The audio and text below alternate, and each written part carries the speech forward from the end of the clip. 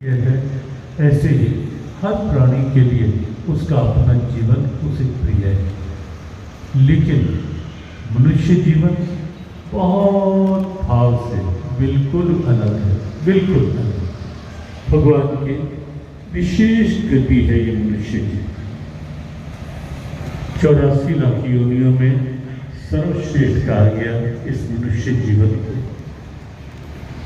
देवता लालायित रहते हैं इस मनुष्य जीवन के लिए। देवताओं की लालसा रहती है कि हमें भी ऐसा जीवन मिले और वह भी भारत में मिले। गायत्री देवा किल गीत गाने धन्यास्तुते भारत भूमि भाकर, इसलिए रहते हैं क्योंकि जो देवलोक होते हैं उन लोगों में सुविधाएं बहुत होती हैं,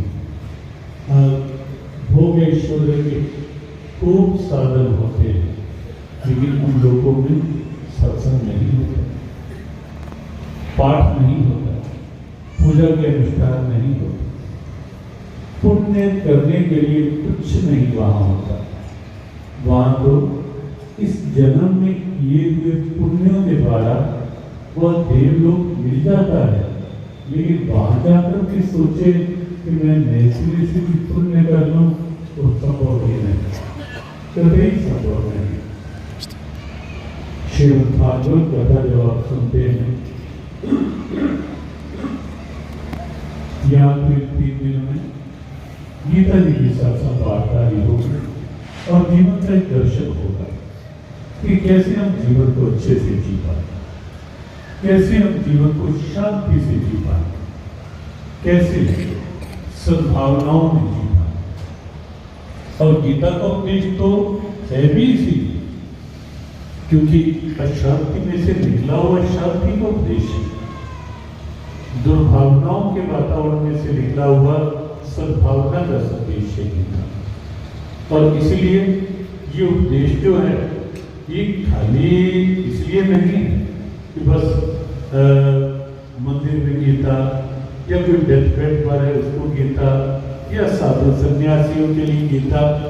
गीता हर जीवन के लिए आवश्यक है, गीता हर क्षेत्र के लिए आवश्यक है, गीता हर आयु के लिए आवश्यक है। उस पर हम कुछ चर्चा करेंगे ताकि इन 3 दिनों में आपको ये लगने लग जाए कि गीता की प्रेरणाओं के साथ जीना और वैसे जीना कितना बड़ा अंतर है, कितना बड़ा अंतर है।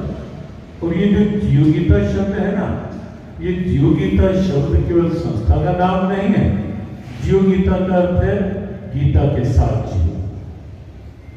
जीवगीता का अर्थ है गीता की प्रेरणाओं के अनुसार जीने का स्वभाव बनाओ, उसी को लेकर ये शब्द है जीवगीता। और इन 3 दिनों में आप सबको लगेगा कि वास्तव में हम जीवन को ऐसे भी जी सकते हैं, तनाव से अलग होकर, टेंशन से अलग होकर, व्यर्थ की चिंताओं से अलग होकर, क्रोध आवेश से अलग होकर, ईर्ष्या द्वेष से अलग होकर एक शांति और सद्भावना का जीवन, एक ऐसा जीवन हम सब जी सकते हैं जिस जीवन पर हमें भी गर्व हो और जिस परमात्मा ने ये मनुष्य का जीवन दिया है उस परमात्मा को भी प्रसन्नता हो, ये मनुष्य बनाकर इनको भेजा है, 84 लाख योनियों से अलग बनाकर इनको इस पृथ्वी पर भेजा है। और ये कितना अच्छा जीवन जी रहे हैं। जैसे छोटी सी बात आपको बताएं, आप इसे समझ जाएंगे। और इन 3 दिनों में प्रयास रहेगा बहुत व्यवहारिक से उदाहरणों के द्वारा गीता जी को बिल्कुल सरल शब्दों में समझाने का और समझने का, तभी आपको लगे कि गीता तो मुश्किल ग्रंथ नहीं है, गीता तो मुश्किलें हल करने वाला ग्रंथ है। बात समझ में आ रही है नहीं माता? गीता इन 3 दिनों में आपको लगेगा गीता कोई मुश्किल ग्रंथ नहीं, गीता मुश्किलें हल करने वाला ग्रंथ है। गीता कोई जटिल ग्रंथ नहीं, कॉम्प्लिकेटेड शास्त्र नहीं, गीता तो जीवन की जटिलताओं को समाप्त करने की प्रेरणा है। कई लोग कहते हैं भागवत में तो कथाएं हैं, राम कथा जब होती है कथाओं का क्रम है। देखो वो कथाएं भी हमारे सनातन का गौरव है, भले भागवत कथा हो, राम कथा हो, शिव महापुराण की कथा हो, देवी भागवत की कथा हो, वो कथाएं में निश्चित हमारा सनातन गौरव है। उन कथाएं व्यासपीठ से ये नहीं कहा जा रहा कि उन कथाओं का महत्व नहीं है, उन कथाओं का भी निश्चित महत्व है, लेकिन उनमें क्रम है। और भगवत गीता जो है ये तो सारी कथाओं का, सारे ग्रंथों का एक सार है, तत्व है, अमृत है। इसे आप ऐसे भी कह सकते हैं कि दूध का एक बहुत बड़ा पात्र, उसके ऊपर आई हुई मलाई वो गीता है। या और यदि गहराई में जाना हो, उस मलाई को भी मथने के बाद जो नवनीत निकलता है, जो माखन निकलता है, वो माखन गीता है, वो नवनीत गीता है, सारे ग्रंथों का साथ। तो बिल्कुल एक सहज सीधी प्रेरणा आपको मिलेगी गीता जी के एक वाक्य के साथ। और इन 3 दिनों में आप पाएंगे कि गीता, कुछ लोग कह देते हैं कि गीता तो बड़ा शुष्क सा विषय है, ड्राई सब्जेक्ट है। आपको इन 3 दिनों में सब आप सहमत होंगे कि गीता शुष्क विषय नहीं। गीता तो जीवन की शुष्कता को, जीवन की ड्राइनेस को समाप्त करके जीवन में रस भरने वाला गीत है। गीता प्रेरणा है, गीता उसकी ओर हम आगे बढ़ेंगे। लेकिन अभी बात चल रही थी जो कि ये सत्संग का जो वातावरण है जो मिला है, इसे आप सहजता में ना लें। ठीक है, यहाँ कुछ भाइयों ने भाव बनाया और उस भाव को हमारे प्रवीण गर्ग और पूरे परिवार ने उस भाव को एक संकल्प ले लिया कि सत्संग उस रूप में, अच्छे रूप में हो। तो वो निश्चित भगवान की कृपा है परिवार पर और जिन जिन ने साथ दिया उन सब पर। लेकिन आप सब ये माने कि ये सत्संग मिलना ये केवल सहजता का, ये केवल सहज उपहास नहीं, कि भगवान की दुर्लभ कृपा होती है तब सत्संग मिलता है। वृंदावन के एक संत थे, बहुत दिव्य संत, पूज्यपाद स्वामी खंडानंद सरस्वती महाराज, बहुत ही अद्भुत विलक्षण संत विभूति। उनसे किसी ने पूछा, बड़ी पुरानी बात है, लगभग हमें लगता है 40 साल पहले की बात होगी, संयोग से जब ये प्रश्न चल रहा था तो वहीं बैठने का सौभाग्य, किसी ने पूछा कि भगवान की कृपा कब माननी चाहिए। तो स्वामी जी ने कहा कि सबसे पहले तो ये मानो ये जीवन मिला है और जीवन में जो मिला है ये सब भगवान की कृपा है। जो भी मिला है ये सब भगवान की कृपा है, उसमें आम न जमने दो, अहंकार नहीं, आसक्ति नहीं। वो भले धन पदार्थ, वैभव, ऐश्वर्य, सौंदर्य, माधुर्य या कोई ऊंचा पद कुछ भी मिला है, ये मानोगे ना तो अपना मन भी अच्छा रहेगा और निश्चित आप समझें कि भगवान की प्रसन्नता भी मिलेगी। और इसके लिए हम बताने लगे थे एक छोटी सी बात कि जैसे मान लो आपका बच्चा कहीं पढ़ने के लिए जाए, किसी दूसरे प्रदेश में या विदेश में, और वहां से आपको कोई आए मिल करके उससे और वो आपको यदि बताए कि आपका बेटा बहुत अच्छे ढंग से वहां अच्छी पढ़ाई भी कर रहा है और खूब अच्छे आदर्श के साथ रह रहा है, वो ना भारत को भूला है, ना अपनी परंपराओं को भूला है, ना परिवार की मर्यादाओं को भूला है और बिल्कुल एक अच्छा जीवन जी रहा है और पढ़ाई भी अच्छी है, तो ये बताओ आपको ये सुनकर कितनी प्रसन्नता होगी या नहीं होगी? बताओ। और पता लगे कि जिस बच्चे को आपने पढ़ाई के लिए बाहर भेजा वो वास्तव में बहुत अच्छा बनकर रह रहा है, तो निश्चित आपको प्रसन्नता होगी। और अगर भगवान ना करे कोई ये समाचार दे दे कि आपका बच्चा जो ऐसी संगति में वहां पड़ा हुआ है, कहीं ड्रग्स के उसमें है, या वही के ढंग में रचा पचा हुआ है, तो आपको परेशानी कि बच्चे को भेजा किसके लिए था और वो कर क्या रहा है। बस बिल्कुल यही बात आपको समझ नहीं आ रही। भगवान ने 84 लाख योनियों में अलग योनि देकर मनुष्य बनाकर भेजा है। अगर जीवन को बहुत अच्छे से जी रहे हैं तो निश्चित आप समझो हमें भी संतुष्टि मिलेगी अपने जीवन से। और जिस भगवान ने मनुष्य बनाकर भेजा है वो भगवान भी कितना प्रसन्न होगा कि मैंने इसको श्रेष्ठ बनाकर भेजा और ये श्रेष्ठ आचरण कर रहा है, ये अच्छा व्यवहार कर रहा है, अच्छे स्वभाव रह रहा है। और अगर दूसरा पक्ष होगा तो भगवान फिर खिन्न भी होते हैं, निराश भी होते हैं, इसे भेजा दुनिया में किस लिए था और ये कर क्या रहा है। और इसीलिए जो प्रार्थना पहले की गई उसका अंतिम वाक्य वो सदैव याद रख रहे हैं और सदैव हम भी ऐसा बने कि जिससे भगवान हमारे ऊपर प्रसन्न रहे। और दक्षिण में आप कहीं जाओगे ना, तिरुपति बालाजी या द्वारकाधी पश्चिम में, वहां आपको एक वाक्य बहुत मिलेगा लिखा हुआ भी सुनने में, बालाजी प्रसन्न, द्वारकाधीश प्रसन्न, केवल ये वाक्य प्राय लिखा हुआ मिलेगा जगह जगह। बालाजी प्रसन्न, द्वारकाधीश प्रसन्न, जगन्नाथ प्रसन्न, इतना बात। अर्थात ये नहीं कि वो प्रसन्न हो, वो तो प्रसन्नता का स्वरूप है, वो हम पर प्रसन्न रहे, हमारे परिवार पर प्रसन्न रहे।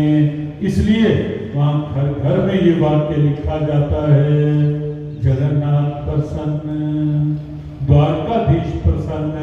और ये जो प्रार्थना हमने की संस्कृत की आई थी, केवल 2.5-3 मिनट की प्रार्थना, और उसका सार भी यही है, प्रसीद देवेश जगन निवास, हे देवों के ईश्वर, हे कण कण में वास करने वाले प्रभु, आप सदा मुझ पर प्रसन्न रहें। ये बताओ भगवान की प्रसन्नता चाहिए या नहीं चाहिए? किस किस को नहीं चाहिए? कोई भी नहीं। और अगर हम ये कहें किस किस को चाहिए कि भगवान हम पर प्रसन्न रहें, तो सारे हाथ खड़े हो गए कि सबको चाहिए कि भगवान प्रसन्न रहे। तो बिल्कुल गीता उसी के लिए है कि जैसे आप अपने बच्चे पर प्रसन्न रहें, मतलब बच्चा वैसा व्यवहार करे, भगवान हम पर प्रसन्न रहे, अर्थात हम भी भगवान की प्रसन्नता वाला व्यवहार करें। और अब विश्वास करें गीता का एक एक वाक्य हमारे जीवन को ऐसा बना सकता है, बना देगा। और इन 3 दिनों में, जिसमें पहला दिन बड़ी तेजी से पहले दिन का समय निकल रहा है, निश्चित आप समझें कि ये 3 दिन हमारे जीवन को वैसा बना सकते हैं जिससे हम भी प्रसन्न रहें और भगवान भी प्रसन्न रहें। सत्संग मिला, आप विश्वास करें ये भगवान की विशेष कृपा। बात चली कि कृपा किस कैसे माने, तो स्वामी जी ने कहा मनुष्य जीवन मिल गया, ये मानो कि भगवान की कृपा मिल गई। जीवन में जो मिला है उसका उपयोग अहंकार के साथ ना करो, आसक्ति के साथ ना करो, उसका उपयोग उसकी कृपा मान करके करो कि इस रूप में भगवान की कृपा मुझे मिली है। निश्चित आप पाएंगे आपका मन भी प्रसन्न और भगवान भी प्रसन्न होंगे। और पूछा विशेष कृपा, तो उन्होंने कहा कि जीवन में सत्संग मिल जाए तब मानना विशेष कृपा मिली। जीवन में जब ऐसा भाव जग जाए कि कानों को भगवान की चर्चा सुनना अच्छा लगने लगे, वाणी पर भगवान का नाम आए तो वाणी को प्रियता प्रेम लगने लगे, प्रसन्नता लगने लगे। जब पैरों को अच्छी जगह तीर्थ में, परिक्रमा में, सत्संग में आना अच्छा लगने लगे तो समझो भगवान की विशेष कृपा है। जब आंखों को ग्रंथ, संत, भगवंत इनके दर्शन, भगवान के दर्शन करना, ग्रंथ को खोलकर उसे पढ़ना अच्छा लगने लगे। इसीलिए हमने पहले संकेत किया कि कम से कम यहां बैठ, और हम हर जगह कहते हैं वे देखो मोबाइल आप कभी भी बैठ के देख लोगे, लेकिन ये जो थोड़ा समय मिला है ये तो केवल अभी मिलेगा ना।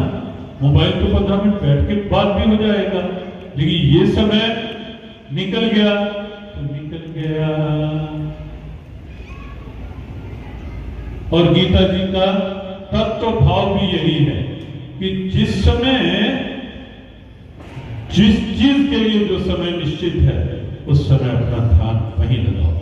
ये गीता का मूल प्रेरणात्मक भाव है कि सत्संग में बैठे हो सत्संग, भजन में बैठे हो तो कोशिश करो उस समय केवल ध्यान भगवान की हो कि अब मैं तेरे लिए बैठा हूं, मेरे और मैं आपके पास उस समय भगवान को लगे। ये ना हो कि बैठे भजन में भी, मंदिर में पूजा के लिए मोबाइल वहां भी रख के बैठ कर चलो देख लेंगे किसी की चलो साइलेंट पे रख के आगे रख लेते हैं। तो भगवान क्या सोचेंगे, अरे भाई मोबाइल सुनने के लिए, देखने के लिए आंख भी तो मैंने ही दी, और अब मेरे पास बैठ कर भी तू ध्यान वहीं लगाए हुए है। तो कम से कम जब वहां बैठे बिल्कुल अपना उस समय ताकि वो प्रसन्न हो हमारे, ऐसा व्यवहार करना। तो जब आंखों को पाठ करना अच्छा लगने, भगवान के दर्शन करना अच्छा लगने लगे तो समझो भगवान की विशेष कृपा है, विशेष कृपा। और तब उन्होंने कहा ये इसलिए विशेष कृपा है कि ये सत्संग ना तो मनुष्य से नीचे की योनियों के लिए होता है, कभी सत्संग पशुओं के लिए नहीं होते, पक्षियों के लिए नहीं होते, और ना मनुष्य से ऊपर वाली योनियों के लिए सत्संग होता है, देवताओं के लिए भी नहीं होते। और जो बात हम कह रहे थे कि श्रीमद् भागवत के प्रारंभ में प्रसंग आता है, शुकतीर्थ जब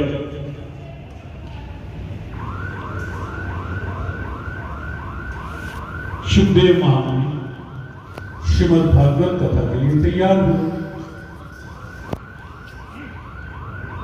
सामने परीक्षित और हजारों ऋषि। अचानक स्वर्ग के देव वहां उपस्थित हो गए, एक पात्र हाथ में निवेदन किया सुखदेव महामुनि से, महाराज आपसे कुछ एक्सचेंज कर, विनिमय करने आए हैं। कहा कैसा? कहा परीक्षित मृत्यु के भय से कथा सुन रहा है, उसके लिए हम ये स्वर्ग का अमृत लाए हैं, ये परीक्षित को पिला दे। कहा और कहा ये जो भागवत का अमृत, कथा का अमृत, ये सत्संग का अमृत, ये नाम का अमृत, कहा ये हमें पिला दे। सुखदेव महामुनि हंस पड़े, कहने लगे, वे देवताओं, कैसे स्वार्थी हो तुम।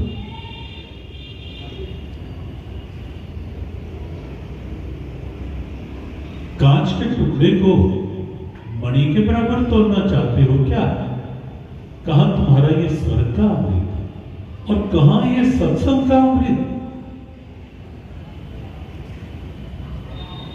लौटा दी, कहा जाओ, ये सत्संग का अमृत तुम्हारे लिए नहीं, ये तो केवल पृथ्वी में रहने वाले मनुष्यों के लिए है। और देवता वैसे के वैसे चले।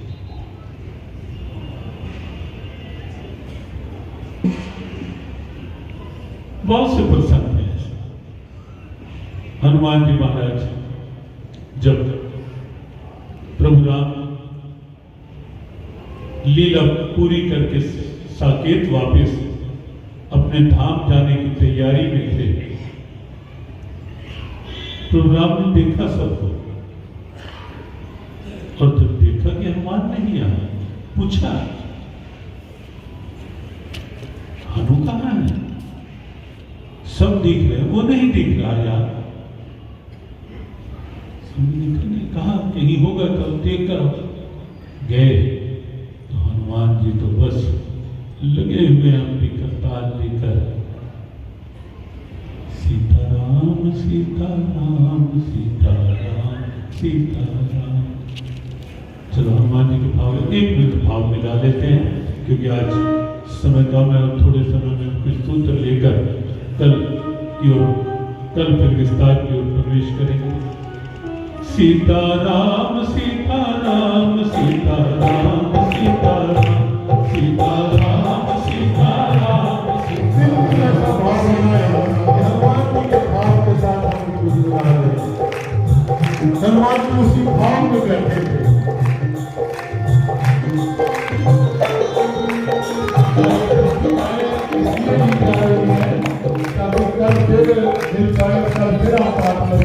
और परसों समापन पे सबको दे दी जाएंगी, सब अपने अपने साथ पाठ करते हैं।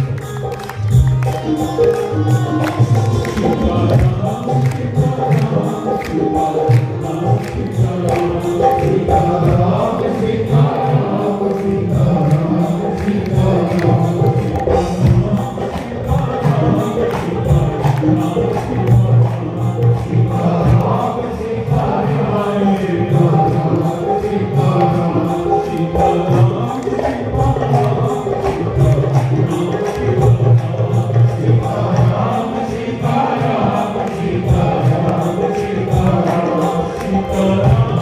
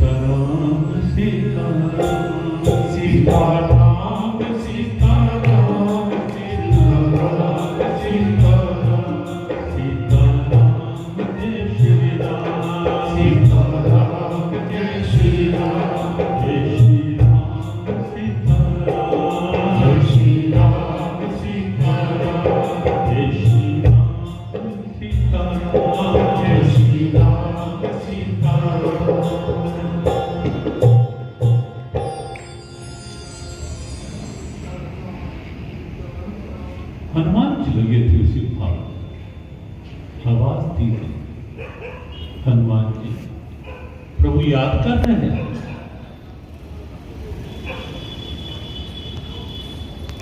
रोमांचित होकर उठे, पहुंचे प्रभु राम के समक्ष, पूछा प्यारे राघव हनु कहां थे? कहा बस प्रभु आपके भाव में कहीं बैठा था। कहा आपको ध्यान नहीं कि मैं अपनी लीलाओं का संवरण करके निज धाम में जा रहा।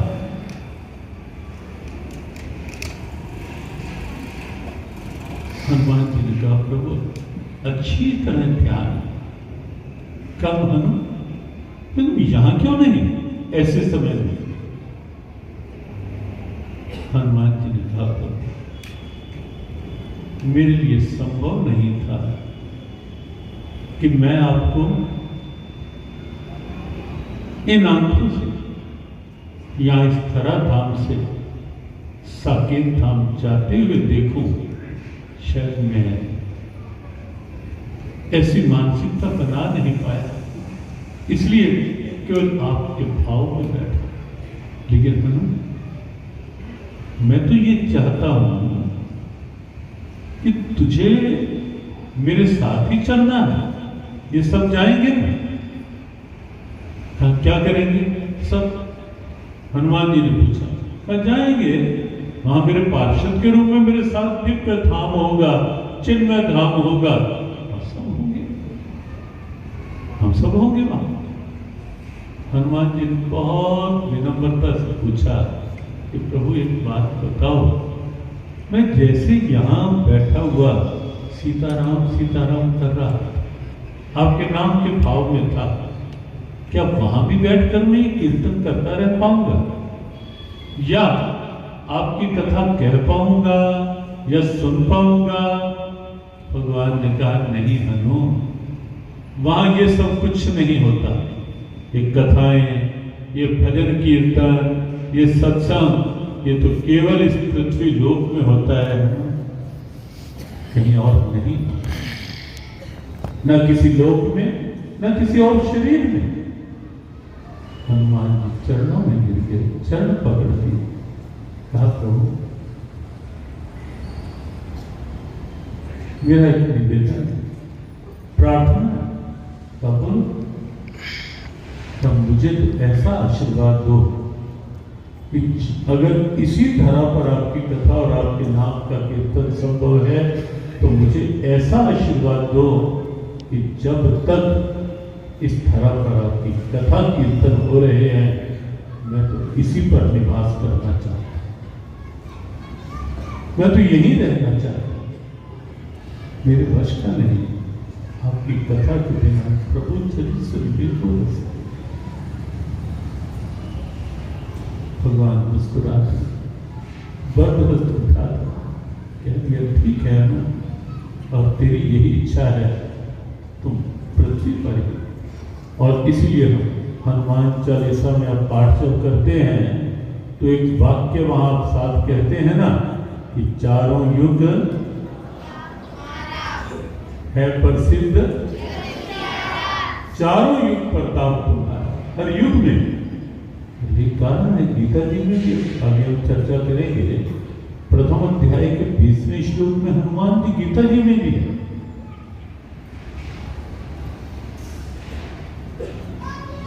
गीता जी के जो मूल श्रोता थे उस समय अर्जुन के साथ साथ जिन्होंने उसी समय गीता श्रवण की, अर्जुन तो थे ही थे, संजय थे हस्तिनापुर में दिव्य दृष्टि के साथ, संजय के द्वारा धृतराष्ट्र को सुनाई गई, और इधर हनुमान जी थे जो अर्जुन की रथ की ध्वजा पर थे। और एक और रहस्य की बात आपको बताएं कि खाटू नरेश भी गीता जी के उस समय के श्रोताओं में से एक थे। खाटू श्याम के रूप में जो आज उपासना के व्यापक भाव हम देखते हैं, लेकिन उस समय गीता जी के मूल श्रोताओं में हनुमान जी भी थे, श्याम बाबा भी थे। बर्बरी के रूप में वर मिला था कि कहीं ऊंचाई पर सर, और ये भी वर साथ था कि युद्ध में होने वाले पूरे घटनाक्रम को मैं देख भी पाऊं और सुन भी पाऊं। तो जहां थे वहीं से 48 कोस के पूरे क्षेत्र में हो रहा महाभारत युद्ध का घटनाक्रम सब सामने था, सुन भी रहे थे। और क्योंकि भगवान कृष्ण के वर प्राप्त, बर्बरीक नाम था वो, तो उस त्याग के कारण से, उस भाव के कारण, वो तो भगवान कृष्ण ने अपना नाम दे दिया, अपना भाव दे दिया।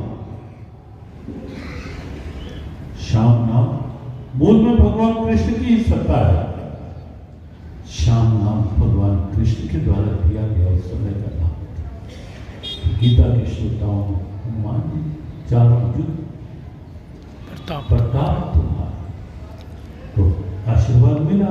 और केवल इसलिए मिला कि सत्संग सुनने को रसिया है, और वो वहां नहीं मिले। ये छोटी सी बात है। कबीर के जीवन के जब अंतिम क्षण आए, कमाल कबीर के पुत्र साथ बैठे थे। कमाल ने ध्यान से देखा कि बिल्कुल अंतिम क्षणों की स्थिति, और कबीर की आंखों से आंसू। बड़ा प्रसिद्ध दोहा है, राम बुलावा भेजिया दियो कबीरा रोए। कमाल ने पूछा, पिताजी आंसू और इस समय क्या आप भी मृत्यु से डर गए? कबीर ने कहा, नहीं कमाल, मैं भला मृत्यु से क्यों डरूं? मैंने जीवन भर ये गीत गाए हैं कि जिस मरने से जग डरे, मेरे मन आनंद, कब मरी हूं कब पाए हो पूर्ण परमानंद। मैंने जीवन में आनंद का अनुभव किया है, और जीवन के रहते रहते मृत्यु को परमानंद के रूप में मैं देखता रहा, और आज भी देख रहा हूं। कमाल ने कहा, पिताजी तब ये आंसू क्यों निकले आपके? कबीर ने कहा, कमाल ये आंसू तो इसलिए निकल आए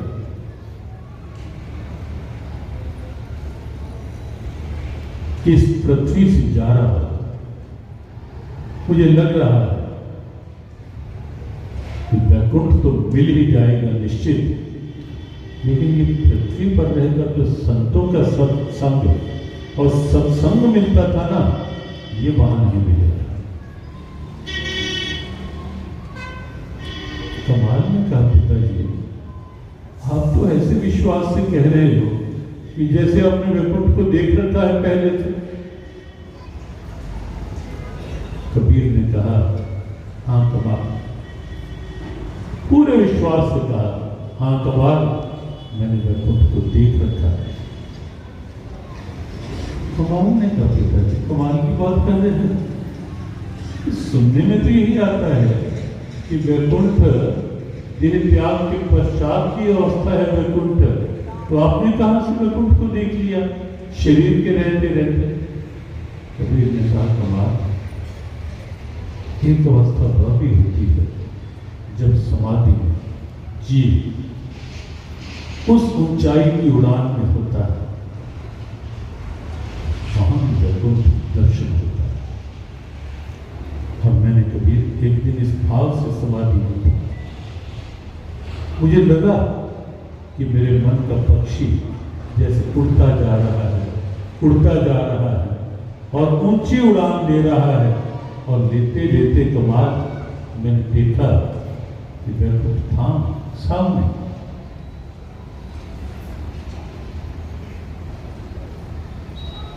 तो पहला दोहा तो कबीर का यही था, राम बुलावा भेजा दियो कबीरा रोए, जो सुख है सत्संग में सो वैकुंठ ना होए। और जब कमाल ने कहा पिताजी क्या देखा फिर आपने? कहा कमाल मैं अंतर अवस्था से अनुभव कर रहा था कि मैं वैकुंठ के द्वार पर,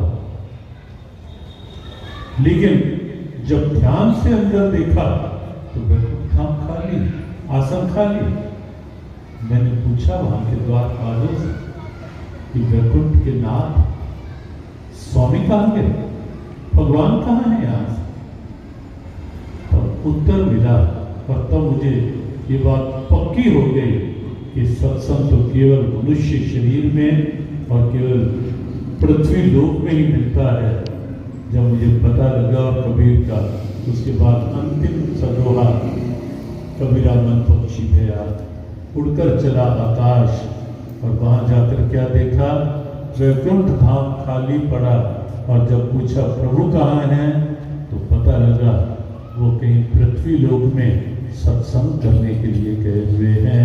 वैकुंठ धाम खाली पड़ा, प्रभु संतन के पास, भगवान तो पृथ्वी में कहीं संतों का संग सत्संग करने थे। तब मुझे लगा कि भगवान को भी यदि सत्संग चाहिए, ऋषियों का संग चाहिए, तो उन्हें भी पृथ्वी लोक पर आना होगा। सत्संग का महत्व है, मनुष्य जीवन का महत्व है, और जीवन में सत्संग मिल जाए, और सत्संग में भी भगवद गीता के भाव निश्चित जीवन का तत्व, जीवन का सत्व, जीवन की वह स्थिति मिल सकती है जहाँ शांति है, जहाँ सद्भाव है। दो पंक्तियां गुनगुनाकर आरती की ओर करेंगे एक सूत्र के साथ। गीता का सत्संग चढ़ते कृपा का पाते, गीता का सत्संग चढ़ते कृपा का पाते, गीता का सत्संग चढ़ते कृपा का अनुभव आनंद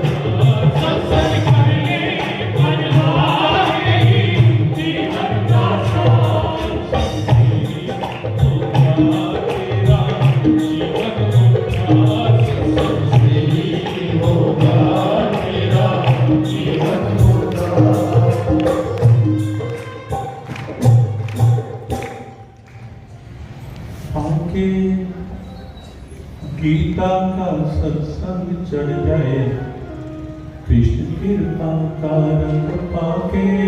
गीता का सत्संग चढ़ जाए, कृष्ण कृपा का रंग पाके। गीता का सत्संग चढ़ जाए, कृष्ण कृपा का रंग पाके। गीता का सत्संग चढ़ जाए, कृष्ण कृपा का रंग अनुभव कृष्ण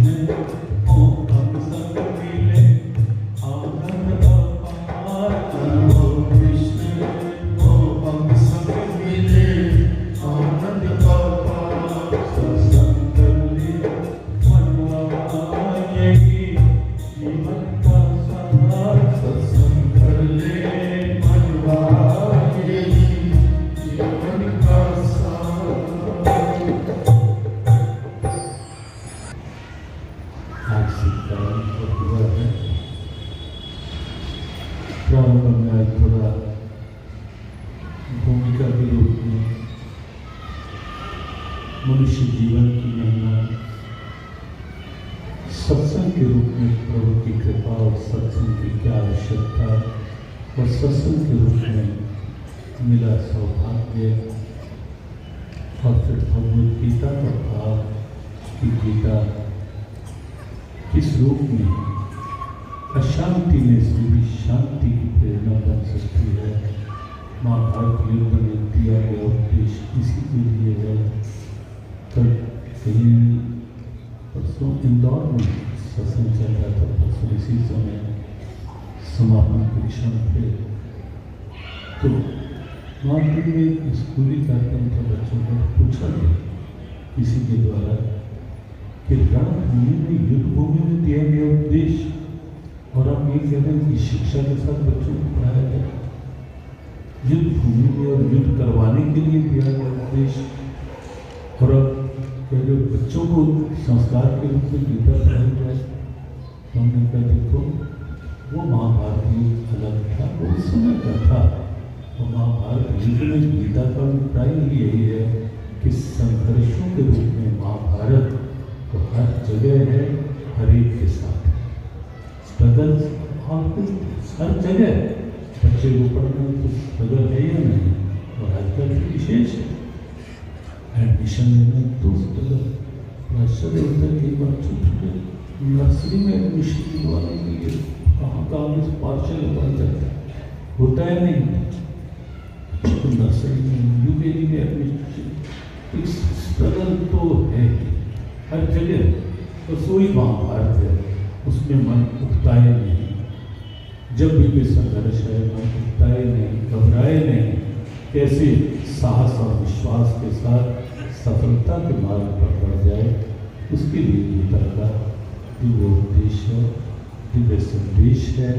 अशांति में शांति और दुर्भावना में सद्भावना लाने के लिए हम गीता जी के कुछ सूत्रों पर विचार करेंगे तो बिल्कुल आपको लगेगा, जैसा पहले कहा, इन 3 दिनों के बाद इन गीता को साथ रखकर का मतलब गीता कुछ और ऐसे ऐसे प्रयोग दिए जाएंगे कि भोजन से पहले केवल एक श्लोक 20 सेकंड निकालें, एक श्लोक कर और अब स्वयं अनुभव देख लेना गीता क्या है। सोने से पहले के लिए केवल एक श्लोक, कल छोटी पुस्तिकाएं सबको दी जाएंगी जिसमें ये श्लोक विश्राम से पहले मोबाइल छोड़कर गीता जी का एक श्लोक, ऐसे कुछ प्रयोग निकालेंगे गीता जी में, जो आप करेंगे तो आपको लगेगा सफलता। कोई भी व्यवसाय को, पढ़ाई को, कहीं भी हो, उसके लिए एक श्लोक इसका जाप करो, इसका पाठ करो, देखो क्या प्रभाव होता है। तो इस ढंग से गीता घर घर गीता पहुँचे, गीता का क्योंकि यही प्रयास नहीं है कि केवल जबरदस्ती गीता पकड़ाते रहो, करते रहो, भले कम में हो लेकिन जीवन में उतरे गीता, हर घर में उतरे गीता, ताकि घर में प्यार हो, जीवन मूल्यों का श्रृंगार हो, हर जीवन एक स्वस्थ और संचित जीवन बने। उत्तरावरी में ये संयोग बना, इस रूप में भगवान की कृपा, इसका लाभ कभी दिनों में प्रयास करें, आयोजित किए और मन से संचालन करोगे और हम सब भी करेंगे। हमें व्यस्तताएँ थी, करनाल में आज सभा की प्रार्थना, उसमें से सुबह स्नान करके 4 बजे पहुँचने वाले थे। मुझे लगा पहला दिन है व्यवस्थाओं का, तो कल 3:15 बजे के लगभग भोजन प्रारंभ हो जाएंगे और ठीक 4 बजे तक हम और प्रार्थना पाठ शुरू कर देंगे ताकि कुछ विस्तार से सत्संग परिणाम आगामी 10 में और 6:15 बजे तक आते हैं। कल अगले दूरी यही क्रम है। प्रार्थना के बाद फिर और मिलकर आरती से गौ सेवा और गीता पाठ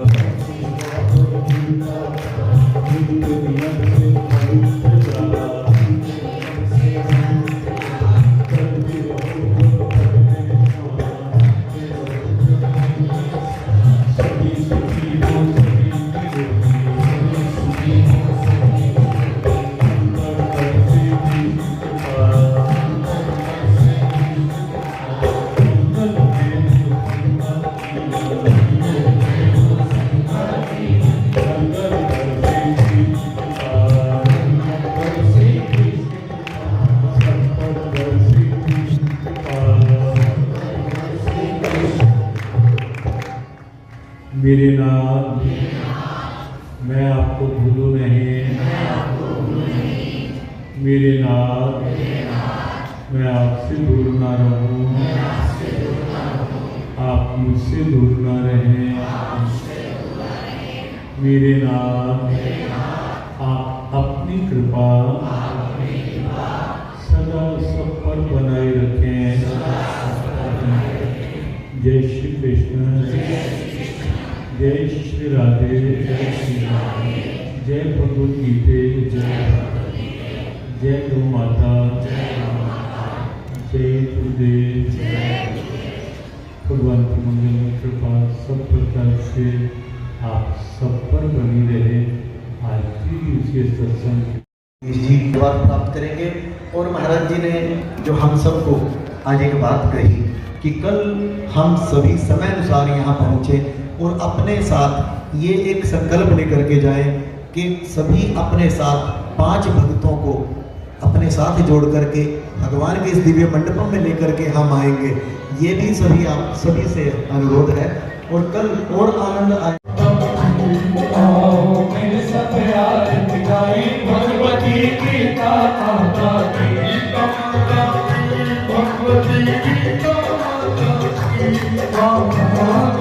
माता की, भगवती गीता माता की, भगवती सब आरती गाए भगवती गीता माता की। कर्म भक्ति और ज्ञान की धारा धोए मन का कलमश सारा, धोए मन का कलमश सारा। संगम ये प्यारा मेरी संगम ये प्यारा, करे कृष्णा पाए कृपा सुख दाता की। आओ दिल सब आरती गाए भगवती गीता माता की। आओ दिल सब आरती गाए भगवती गीता माता की।